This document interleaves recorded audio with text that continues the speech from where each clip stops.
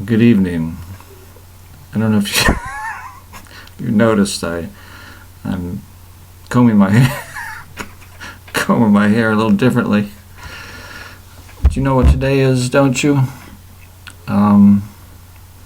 That's right. It's the anniversary of the Gettysburg Address, November 19th, 2016. It makes that 253 years since the is that right? Since the original, but anyhow, it's it's 253. So it's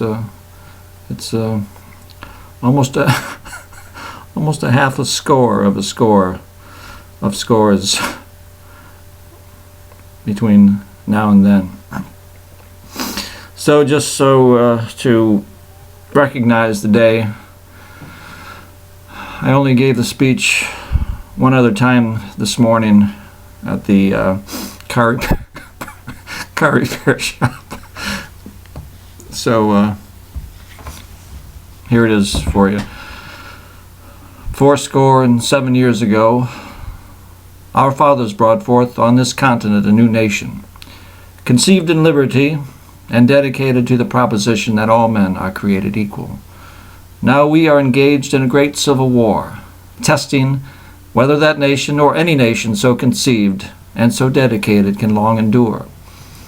We are met on a great battlefield of that war. We have come to dedicate a portion of that field as a final resting place for those who here gave their lives that that nation might live. It is altogether fitting and proper that we should do this, but in a larger sense, we cannot dedicate, we cannot consecrate, we cannot hallow this ground. The brave men, living and dead, who struggled here, have consecrated it far above our poor power to add or detract. The world will little note nor long remember what we say here, but it can never forget what they did here. It is for us, the living rather, to be dedicated here to the unfinished work which they who fought here have thus far so nobly advanced. It is rather for us to be here dedicated to the great task remaining before us, that from these honored dead we take increased devotion to that cause, for which they gave the last full measure of devotion, that we here highly resolve that these dead shall not have died in vain, that this nation under God shall have a new birth of freedom, and that government of the people, by the people, for the people, shall not perish from the earth.